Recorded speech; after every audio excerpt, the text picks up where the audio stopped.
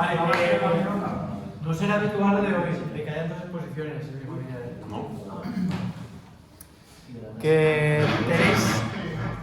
Mañana tenemos clase, claro, pero miércoles y jueves entero por las tardes para acabar la práctica. Quiere decir que no hay excusa, ¿vale? ¿Sí? Pero de momento se van a cambiar o no. Si de momento ya está cambiando. Mañana ya vamos a empezar. No, te estoy hablando de las fechas del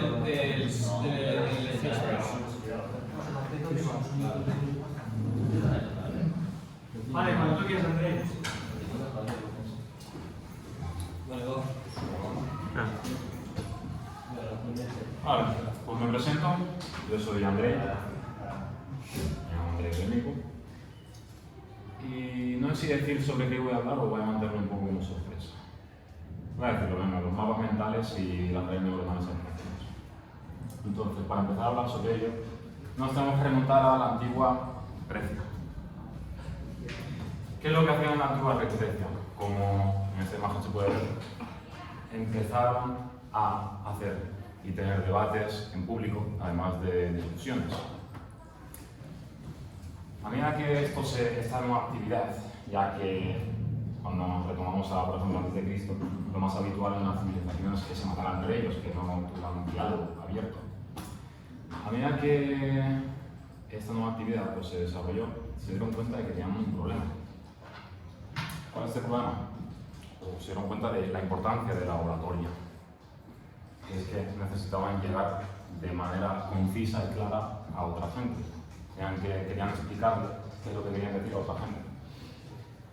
Entonces uno de los problemas que surgió es que era, wow, yo quiero hablar sobre esto en mi discurso, que tal vez me tarde una hora, o quién sabe cuánto, y me gustaría acordarme de toda esta información.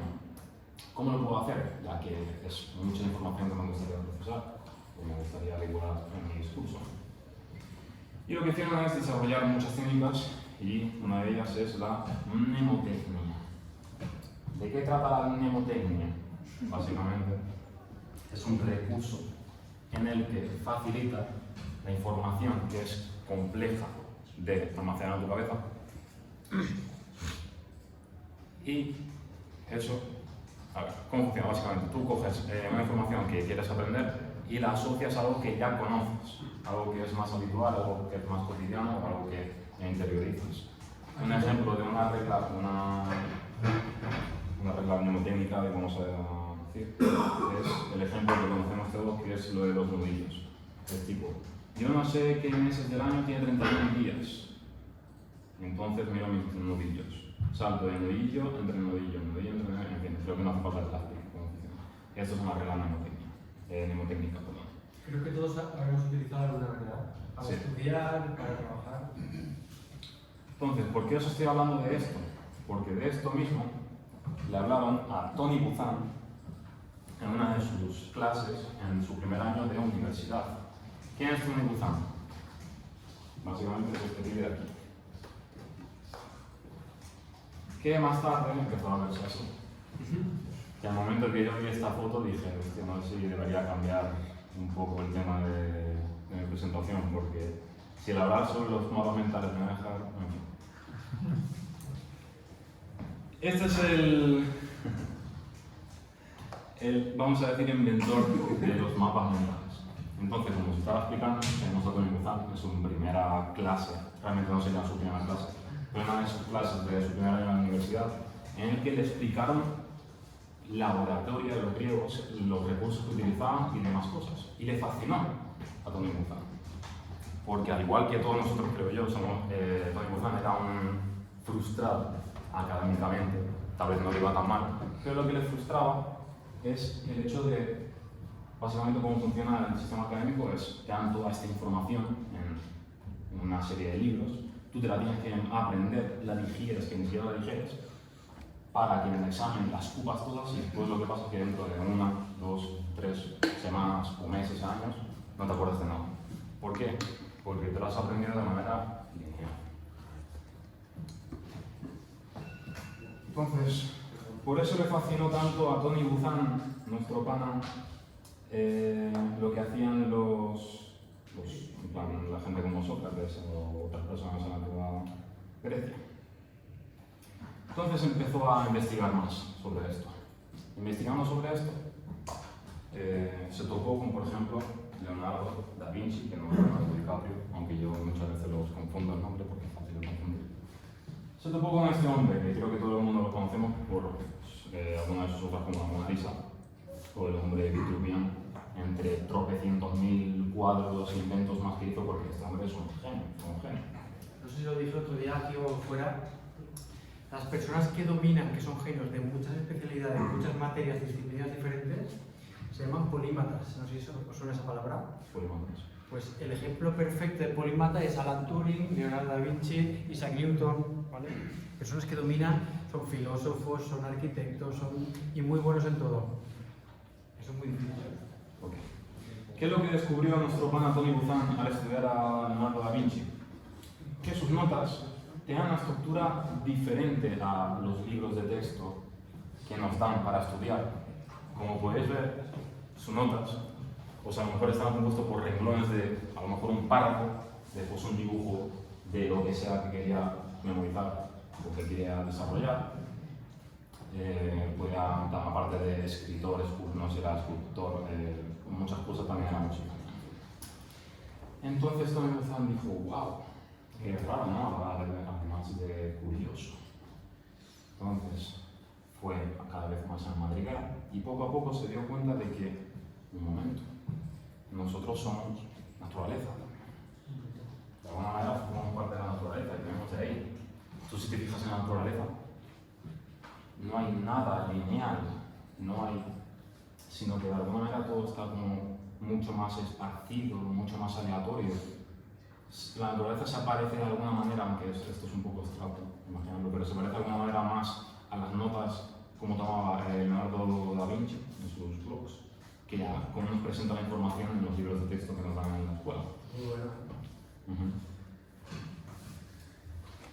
Entonces, nuestro pana Tony Buzan empezó a dar paseos por la naturaleza. Y aquí lo tenemos un día, paseando por un camino. Hasta que, un día un poco random, se le ocurrió la maravillosa idea, visualizó el mapa mental que vino a la cabeza. Y preguntaréis, ¿qué es un mapa mental? Básicamente un mapa mental es si coges el mapa de la exploradora y le metes esteroides. Eso es lo que es un mapa mental. Así es como se vería un mapa mental. Esto es un ejemplo básico. Donde tenemos una idea principal, que podemos imaginarlo como si fuera un tronco, en este caso la fruta. Y de ese tronco, o de ese nexo van creciendo ramas. Y esas ramas mismas también se dividen en subarramas, en subramas, en subramas. Y en fin, y esto puede ser tan extenso como nosotros queramos o nosotros podamos recurrir. Entonces, recordando lo que hacían los grecios, creo que estamos dicho, de la antigua Grecia, que es que asociaban lo que querían aprender con algo que ya conocían. Es que de alguna manera nuestro cerebro ya funciona así, aunque no nos demos cuenta de ello, ya que asociamos cosas como, por ejemplo, en este ejemplo las frutas, asociamos el plátano con el color amarillo, o lo podemos asociar con otras cosas como el caribe, el potasio, y esas otras cosas podemos asociarlas con otras, y de esta manera es más fácil recordarlo, ya que de alguna manera así es como funciona nuestro cerebro también. Nuestras neuronas se asocian con otras y a medida que vamos descubriendo cosas o vamos entendiendo cosas nuevas, es como que las neuronas forman nuevos enlaces. Entonces, bien, como podéis ver otra vez, la naranja pues tiene una rama que se divide en cosas que son asociadas o las puedes asociar con la naranja, como la vitamina C, porque la naranja tiene vitamina C, es un cítrico como naranja, en fin, y tiene el color naranja, y otras frutas más. Entonces, nuestro pana Tony Buzan tuvo esta gran idea de los mapas mentales, lo descubrió, digamos, y empezó a hablar sobre ello. Decidió que le gustaría divulgar acerca de ello. Y fue cuando los de la BBC, que no es lo que algunos de vosotros podéis estar pensando, sino que es la Broadcasting Corporation, lo he dicho mal, pero da igual, que básicamente es como si fuera, es la corporación de televisión más importante de Inglaterra, contactó a Tony Buzan o le interesó el tema sobre lo que Tony Buzan estaba hablando, esto hace muchos años. Y lo contrató para que hiciera una serie de ciertos capítulos, me parece que eran 10, donde hablaba sobre los mapas mentales. ¿A quién? Pues al público general en la televisión. Y eso es lo que hizo. Y a partir de ahí dedicó toda su vida a divulgar sobre los mapas mentales, la utilidad de estos y por qué deberíamos utilizarlos, ya que de alguna manera pues apoya o son family friendly, vamos a decir, con cómo funciona realmente nuestro cerebro. Esta es una imagen de uno de sus primeros programas en la BBC, y esto es una imagen de una de sus últimas charlas, supongo, dando una TED Talk sobre el poder de los mapas mentales. Que recuerdo que en este vídeo explicaba como el ejemplo de unas pruebas que hicieron en Latinoamérica, unos niños, en el que no recuerdo la edad de los niños, pero le decían a un niño: dame diversas ideas que puedas aplicar con un clip, no sé dibujar una cosa así. Y le daban una hoja con renglones, donde él tenía que escribir. Entonces, un ejemplo, el que pone él en el vídeo, es que el niño desarrollaba a lo mejor 3 ideas. El clip lo puedo utilizar para esto y para esto. Minutos después, le explicaron a los niños qué era un mapa mental y cómo podían utilizarlo. Y volvieron a hacer el mismo experimento, pero en vez de utilizar el ejemplo de un clip, le preguntaron que sea creativo, o sea, le dijeron que intente ser creativo para desarrollar, por ejemplo, de qué otras maneras podría utilizar un bolígrafo o cualquier otra cosa. Entonces, en vez de utilizar esta estructura lineal que nos enseñan desde pequeños, pues hizo un mapa mental, donde tenía la idea principal, y de aquí surgió una idea, de esta otra, y en fin. En vez de solamente 3 o 4 ideas, tuvo 22. Y de alguna manera, pues, afirma que esto funciona.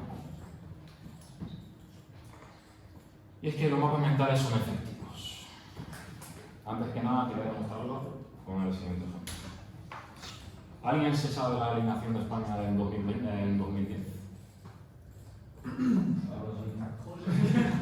¿Nadie se la sabe? En el Mundial. Sí. La alineación de España en 2010. ¿Alguien me lo puede decir? Piqué, Ramos, Busquets, Xavi, Iniesta, Fábregas, Rodilla y también Pedro, Torres. Te la sabes de memoria y cuando piensas en ello te viene así. Porque de alguna manera lo has asociado con otro tipo de cosas, como puede ser, antes he dicho colores, cosas que ya conoces.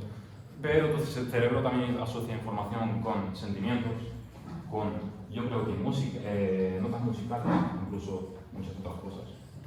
Y una cosa que se llama sinestesia, ¿la conoces? Sinestesia, ¿no? Sinestesia es gente que identifica ideas con colores, Ajá. que le vienen a la cabeza. Tiene una especie de arcoíris en la cabeza y relaciona a lo mejor conceptos con el amarillo, con el verde. Sí, yo creo que de alguna manera eso le pasa a todo el mundo. Porque, por ejemplo, yo sí pienso, esto es un poco general, pero yo sí pienso en lunes, de alguna manera lo asocio con rojo y con círculo. Si pienso en martes, ¿Sí? no. Mentira, asocio más el martes con rojo y con círculo. En plan, no tiene mucho sentido, pero yo creo que en nuestra cabeza en plan, crea asociaciones inconscientemente. Yo veo como rimas que no tienen mucho que ver una cosa con otra, o sea, no son rimas entre palabras, sino que son rimas entre conceptos totalmente diferentes. ¿Y te ayuda algo? ¿Te ayudan a algo? Yo creo que sí, si lo sabes utilizar bien. Ahora, lo complicado es saber utilizarlo bien constantemente. Es que al igual que, por ejemplo, para recordar una plantilla de fútbol, o lo que quería decir realmente es que un mapa mental no tiene por qué ser como el dibujo que enseñaba antes, sino que puedes utilizar la plantilla de España en 2010 o lo que tú te conozcas para aprenderte otras cosas, como por ejemplo una presentación de información para un examen o cualquier cosa de ese tipo. Sí, lo último que tenéis que hacer de cara al examen, que vosotros no tenéis. En no es estudiar línea por línea, como está diciendo, y memorizar, porque aparte que no es útil, es contraproducente. Con la música pasa lo mismo. Y es que estoy convencido de que todos vosotros tenéis un cantante favorito, obviamente, y os conocéis a saber cuántas canciones suyas de memoria. Estoy seguro también de que si ahora mismo te ponen una de las canciones, cualquier canción de alguna canción de tu cantante favorito durante 3 segundos, inmediatamente ya sabes cuál es. Y después la pregunta es, ¿cómo es posible que recordemos una secuencia tan larga de palabras de una canción, por ejemplo, de estrofas, sin realmente querer recordarlo, sino que nos viene así a la cabeza, y no podamos recordar quién murió en 1927? O cualquier otra cosa que vimos en plan hace años en la ESO, por ejemplo.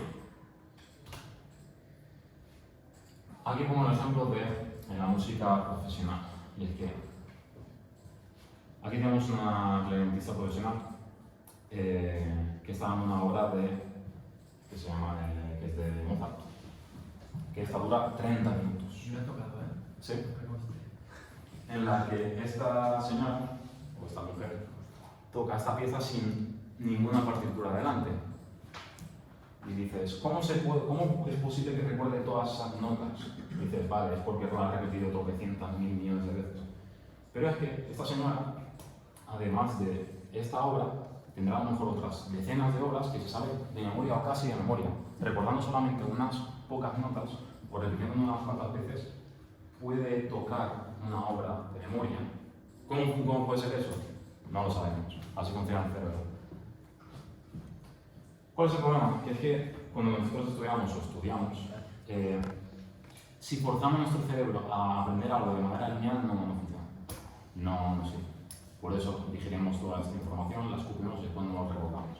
Pero en cambio, si la estudiamos de manera como por ejemplo Tony Buzan, supuestamente, si es algo que además te gusta, pues se te va a quedar más en memoria. Yo como músico sí que puedo decir una cosa, que mi profesor de violín me decía, prohibido tener partitura delante. Me obligaba a que me aprendiera de memoria las partituras porque tiene una explicación, y es que dice que la vista consume demasiada información y concentración del cerebro. Dice que cuando estudiara, que lo hiciera con los ojos cerrados y que dedicara toda mi concentración a los oídos. Y por eso necesitaba que fuera de memoria. Al memorizar una obra musical como este concierto de piano, sí. no memorizas nota a nota. Ahí tiene sentido lo que estás diciendo, memorizas frase a frase. Nunca nadie memoriza así, algo fa, algo la, mucho sostenido, sino toda una frase que puede tener unos 12 segundos, 10, 15, y funciona mucho con el concepto de mapa mental que acabas de comentar. Porque si tú estudiaras nota por nota, una por una, te la tendrías que estudiar de manera pues lineal. Eso es una locura. O sea, esto no son las notas, pero que se tiene esta nota, después esto, y nuestro cerebro no funciona así. Porque por mucho que intentes, no puedes aprender de esta manera una obra musical, como por ejemplo esta, la que está tocando la mejor pianista del mundo. Durante media hora. En cambio, te lo puedes aprender de otra manera, que es como por ejemplo propone Tony. Y hablando sobre los mapas mentales, quiero dar otro paso más, que es hablar sobre los palacios mentales, ¿verdad? He hablado sobre los mapas mentales y ahora quiero pasar a hablar sobre los palacios mentales. ¿Qué es un palacio mental? Básicamente es un mapa mental, que en este lo ves, ahí tienes un palacio mental. Y yo pienso que la mejor manera de explicar qué es un palacio mental es dibujando cuál es mi palacio mental, el palacio mental que he desarrollado yo para esta presentación. Básicamente, coges un mapa mental, lo asocias a una estructura arquitectónica, digamos, como por ejemplo puede ser tu casa o que ya conoces. Y por ejemplo, asocias a tu pasillo un evento, asocias a una habitación otro evento, asocias a otra habitación otra cosa. Y creas un evento por donde vas recorriendo toda tu casa poco a poco. Y así te es mucho más fácil recordar sobre lo que tienes que hablar. Entonces, voy a intentar dibujarlo rápido. El palacio mental que tengo yo. Que básicamente esta es la distribución de mi casa. Aunque me va a saltar algunas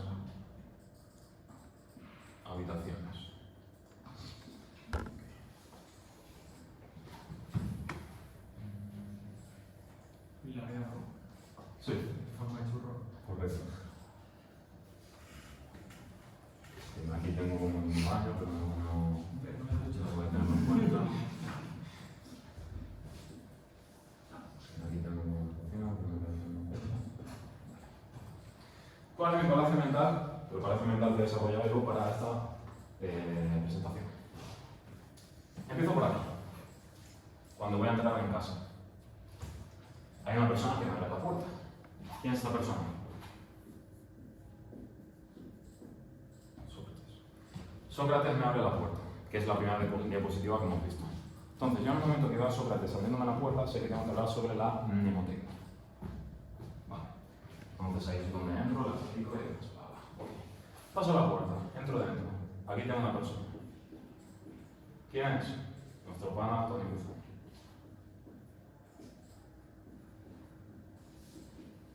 Que es la persona que hemos visto antes. Entonces, Tony Buzan me recibe en el pasillo y me acompaña a lo largo del pasillo. Me acompaña, lo que hacemos es que vamos a caminar por aquí. A medida que caminamos, me habla sobre Leonardo da Vinci.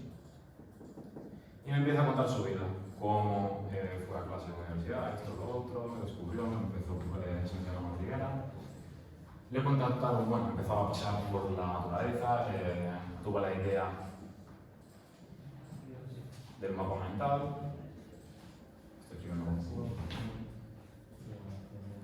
Sigo caminando, aquí me cuenta cómo ha sido su trayectoria junto a la BBC y su divulgación sobre los mapas mentales y demás. Hasta que llegamos aquí. Aquí se queda él quieto, aquí se queda. Y yo sigo en esta habitación. Entro en esta habitación.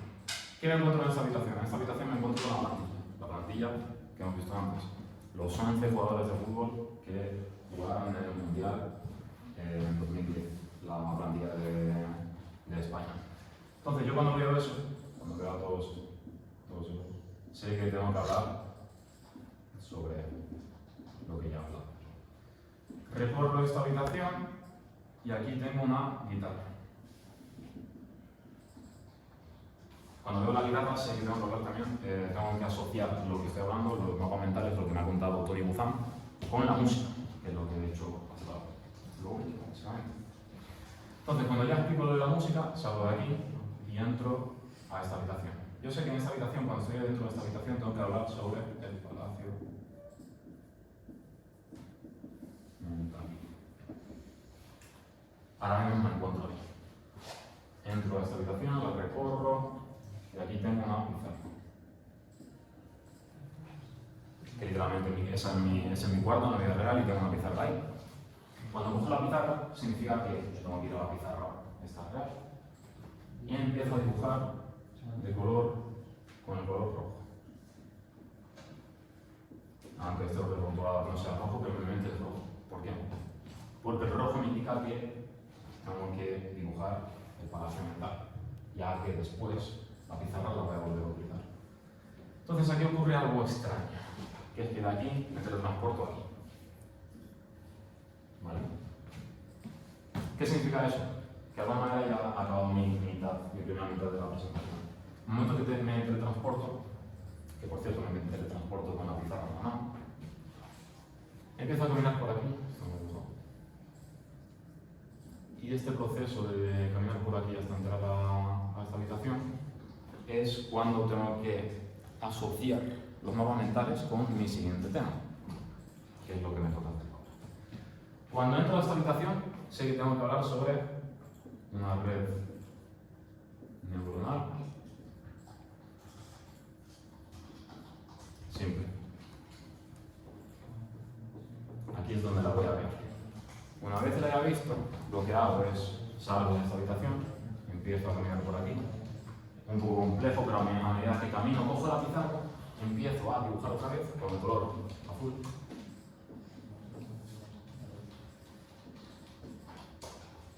Para explicar otra cosa que ahora veamos más adelante.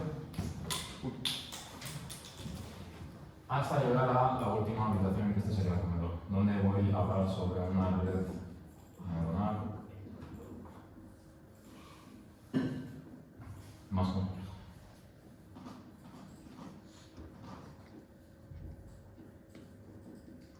Y esto lo voy a hacer apoyándome en unas imágenes cogidas de un vídeo de YouTube. Así que deseadme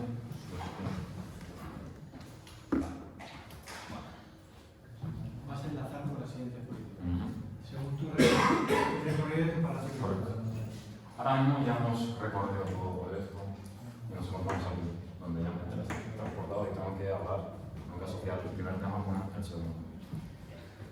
Y quiero tomar una pausa para realizar, o no sé qué palabra utilizar, me gustaría utilizar otra palabra que me venga a mí. Darnos cuenta de realmente lo magnífico que es, lo raro que es nuestro cerebro, porque no sabemos realmente cómo funciona, ya que tenemos millones y millones y millones de neuronas dentro, que no sabemos cómo funcionan, no sabemos cómo se relacionan unas con otras, pero es lo que nos hace capaz de recordar cosas, de tener memoria, de tener conciencia, tal vez, aunque no lo sabemos porque no sabemos cómo funciona la conciencia, pero es magnífico. Como millones de estas cosas nos permiten crear lo que hemos creado hasta ahora, lo que tenemos acá.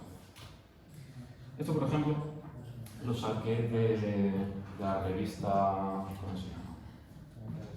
La revista National Geographic, donde hablaba que esto es una imagen de lo que representa en cuanto a tamaño físico de una décima parte con la punta de un alfiler. En una décima parte de la punta del alfiler caben todas estas neuronas en el cerebro de un humano.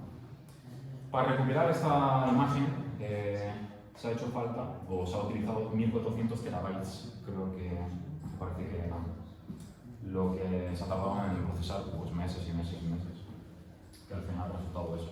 Esa es la imagen más cercana que tenemos de las neuronas que tenemos en el cerebro. ¿Y qué es lo que pasa cuando coges una neurona e intentas meterle cómputo o relacionarla con un ordenador? Que es que obtienes una red neuronal artificial. Esto es un esquema simple de una red neuronal artificial simple, donde básicamente cómo funcionaría es que meteríamos 3 inputs, 3 valores.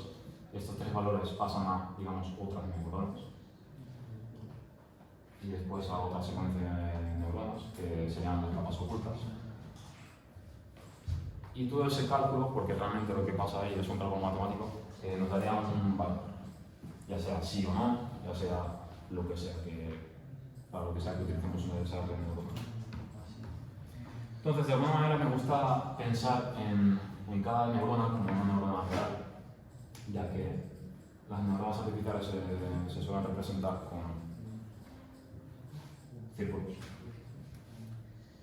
y se relacionan más como hacen las neuronas reales, que cuando se une una neurona con otra, pues se llama sinapsis. Entonces, voy a poner un ejemplo de una red neuronal simple.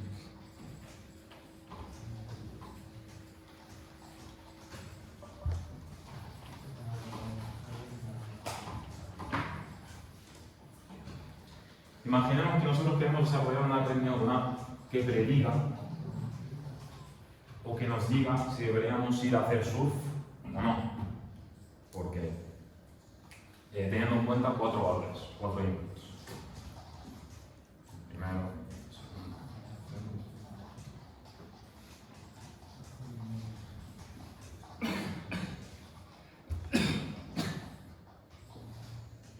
esto es lo mismo, pero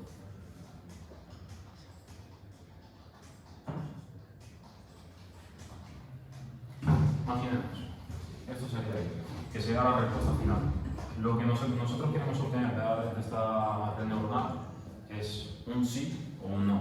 ¿Debería ir a hacer surf? Sí o no. ¿Cómo funciona esto? Cada neurona, vamos a pensar en esto como si fueran neuronas, aunque realmente se denominan, me parece que era perceptrones. Perceptrones, me parece que es. ¿Perceptrones? Sí, no recuerdo mal. Pero digamos que son neuronas. Entonces, ¿qué vamos a tener en cuenta para saber si deberíamos ir a hacer surf o no? 4 preguntas. 4 cosas. Primero, las horas. Viento. Temperatura.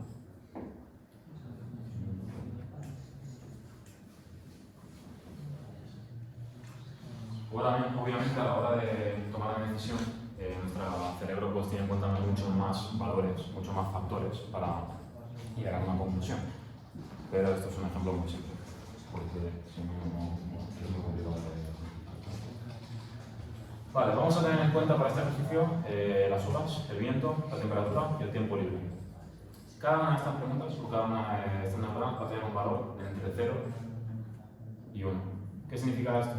Que el valor más, el mínimo valor es un 0, el máximo es un 1, pero puede rondar entre, puede ser un 0,2, un 0,8 o lo que sea. Entonces, digamos que unas olas perfectas es un 1, unas olas, si tenemos el mar plano, sería un 0. Mucho viento sería un 1, poco viento sería un 0. La temperatura perfecta y idónea sería un 1, la temperatura sería un 0 y tiempo libre puede ser solamente binario, o tenemos tiempo libre o no tenemos tiempo libre. Entonces esto es o un 1 o un 0.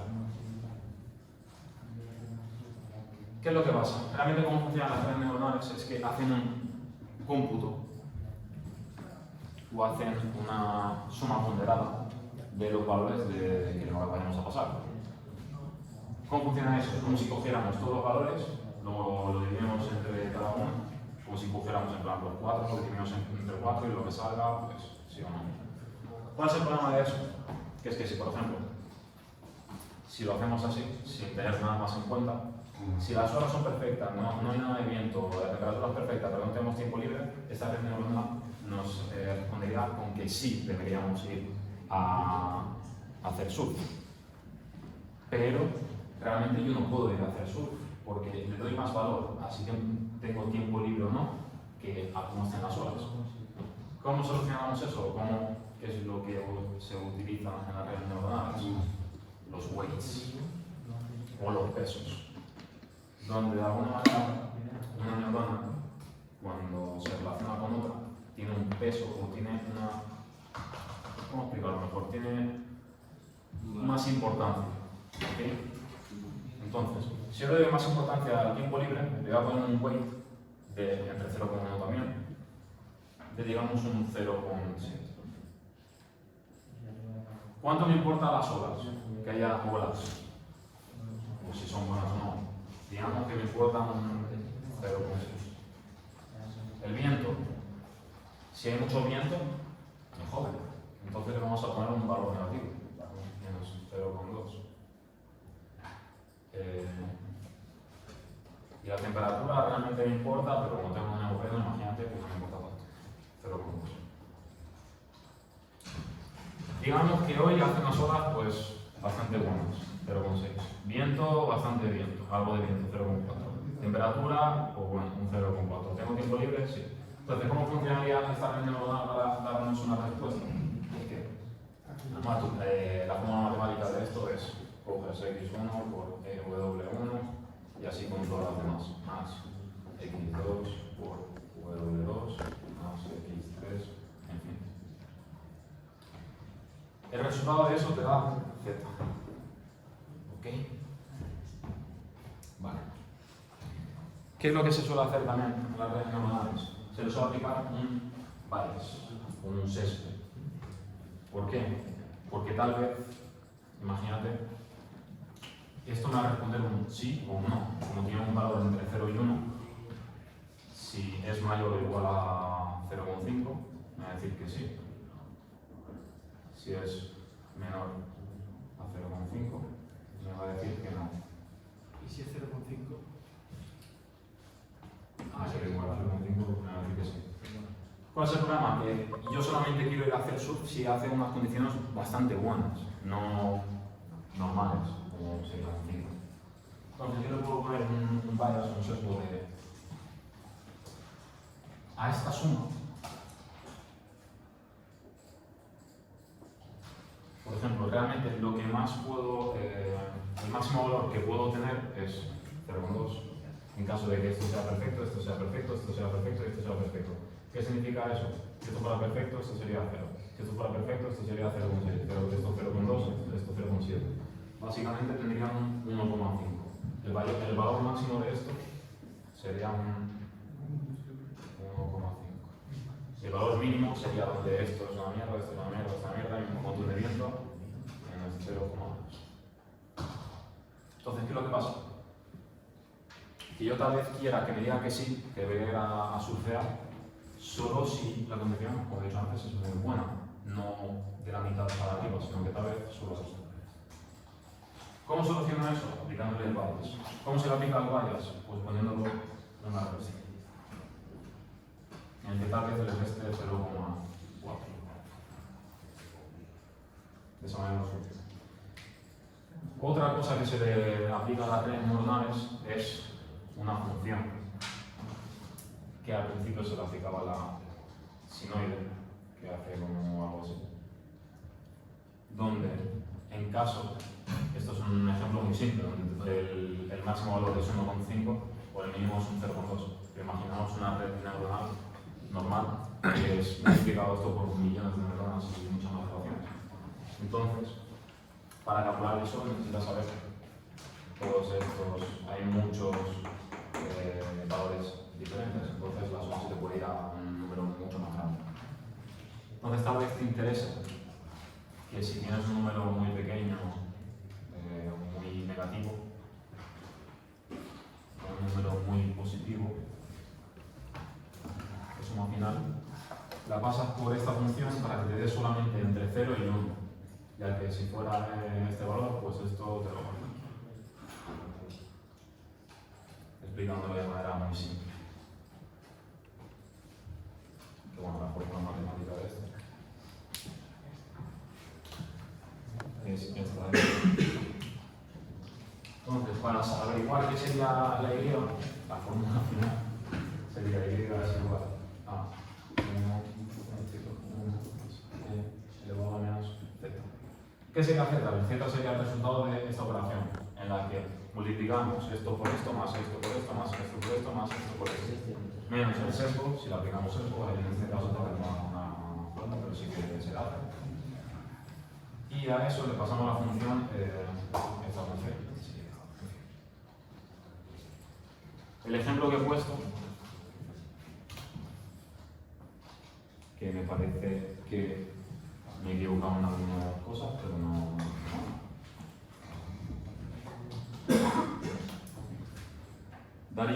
Daría que sí que deberíamos ir a surfear, teniendo en cuenta pues, los datos que yo mismo me he inventado.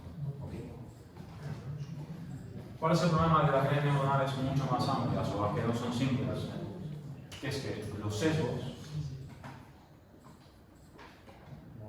entre neurona y neurona no te lo sabes. Porque tú quieres una red neuronal que te dé una solución, una respuesta a algo. Tú sabes qué respuesta te quiere dar, una correcta, pero no sabes cómo hacer para que esa red neuronal te dé esa respuesta. Entonces, para explicarlo, voy a intentar explicarlo. Difícilmente lo entiendo yo para explicarlo. Estás calculando el tiempo también, ¿no? Quedan 2 minutos. Pues, vale. Ok, voy a pasar a intentar explicar el ejemplo de una red neuronal más compleja teniendo en cuenta esto. Como bien he dicho, aquí los sesgos los he puesto yo porque me los he inventado, más o menos los he tenido en cuenta. Pero imaginémonos que queremos desarrollar una red neuronal que prediga qué número estamos dibujando. Porque realmente lo pasamos desapercibido, pero nuestro cerebro sabe que esto es un 2, sabe que esto es un 2, sabe que esto es un 2. Sabe que esto es un 2. Pero un ordenador no tiene manera de saber cómo es un 2, eso. No tiene manera de nada simple, pero se ha descubierto que gracias a las redes neuronales puede aprender. Si es que eso realmente significa aprender. ¿Cómo aprende? Imaginémonos que esta red neuronal le puede pasar una imagen que contiene 24 píxeles por 24 píxeles.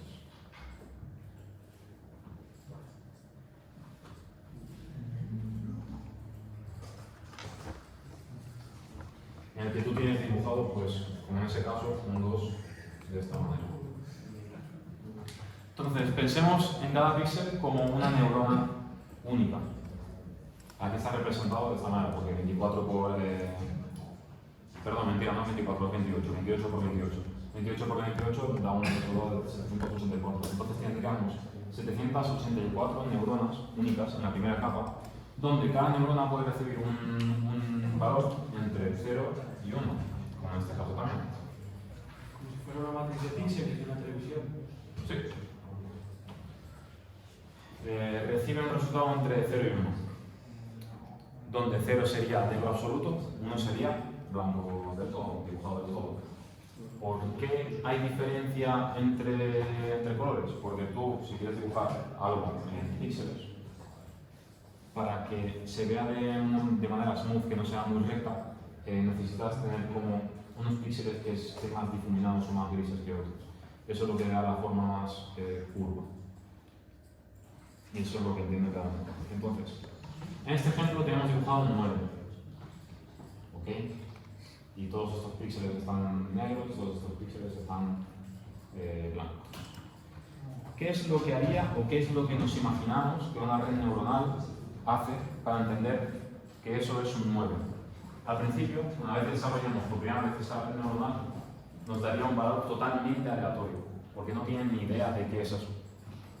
¿Cómo aprende qué es? A medida de prueba y error, donde tú le das, por ejemplo, una imagen, este 9, a lo mejor te responde que es un 3, o te responde que probablemente es un 90% un 3, un 70% un 7, un 2% un 1, en fin. Es un desastre total.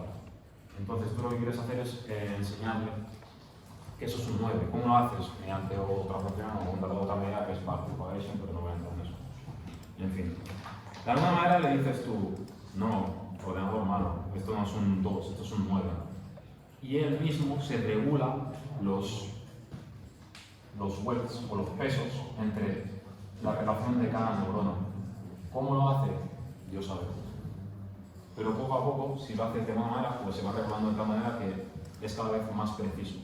Así como funciona, por ejemplo, ChatGPT. Que ChatGPT es un LLM que tiene millones y millones de neuronas, o tiene muchas redes neuronales en sí.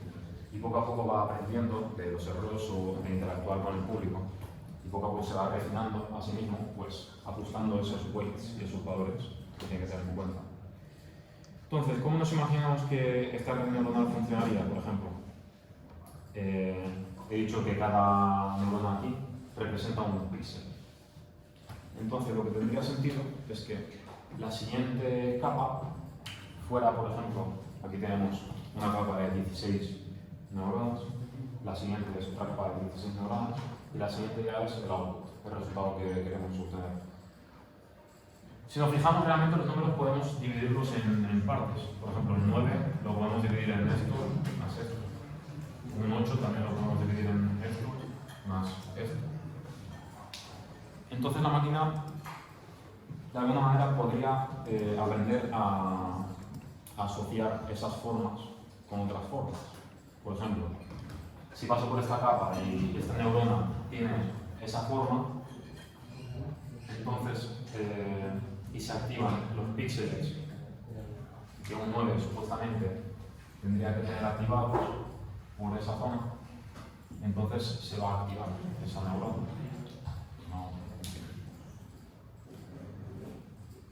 Por ejemplo, en 4 también lo podemos dividir en varias partes, en 3 líneas, 2 verticales y otra horizontal. Y nos imaginamos básicamente. Vale. ¿Cómo podría funcionar una de las neuronas de una capa oculta?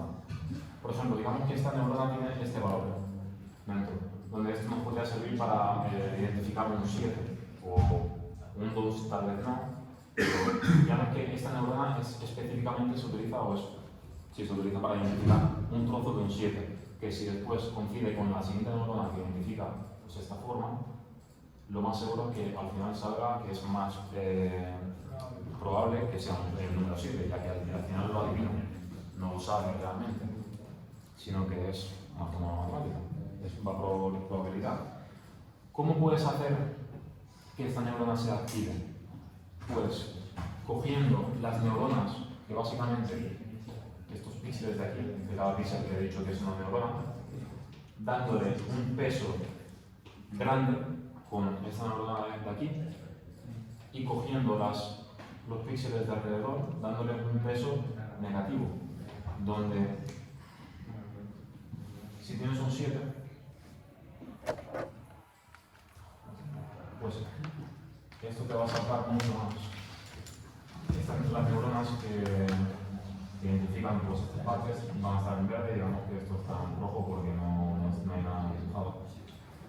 Entonces, cuanto más se parezca el dibujo a esa asociación, más se va a aprender de esa neurona. Y esa neurona, si se prende, tal vez pues, se asocia con una más y al final, mediante toda esa fórmula matemática, pues decide si o interpreta si se trata de un 2, de otro número o de otro número.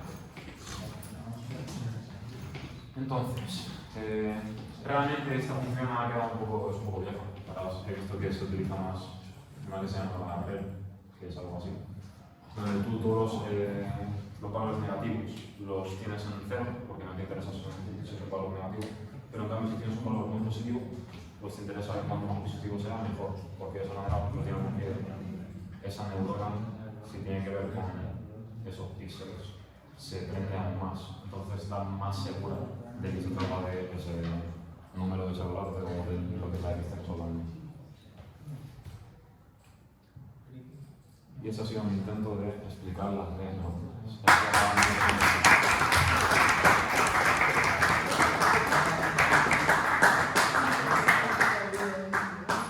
¿Preguntas? ¿Alguien tiene alguna cosa a preguntar? Ahora me parece muy interesante, pero si yo pregunto, Complejo. la verdad. Hombre, aquí de forma práctica que se pueda aplicar, por ejemplo, que no se habla de neuronas. Ejemplos conocidos. Cualquier cosa que te imagines. Cualquier cosa que te imagines. ¿Se puede? ¿Mapas mentales para intentar recordar cosas? ¿Se puede? ¿Cómo, perdón? ¿Crear mapas mentales para intentar recordar algo? De eso se tratan los mapas mentales. No, pero no mientras lo estudia, por decirlo así, sino algo que el cerebro se supone que tenemos información, pero a lo mejor no sabemos acceder a ella, porque no nos acordamos. Pero ahí está, porque lo acceder a eso se puede. Mediante hipnosis o otras técnicas se Ya, puede. pero ¿Cómo? por mapas mentales no se puede. Los mapas mentales, Conseguir esa información. me parece que no. Si está en tu subconsciente, difícilmente puedes activar eso. Es que no es pasa ya. La vida es para vosotros, ¿eh? Vale, una cosa, respecto a la exposición de Andrei, vale, me ha parecido muy original. Algunos recursos que nos han visto hasta ahora, y he visto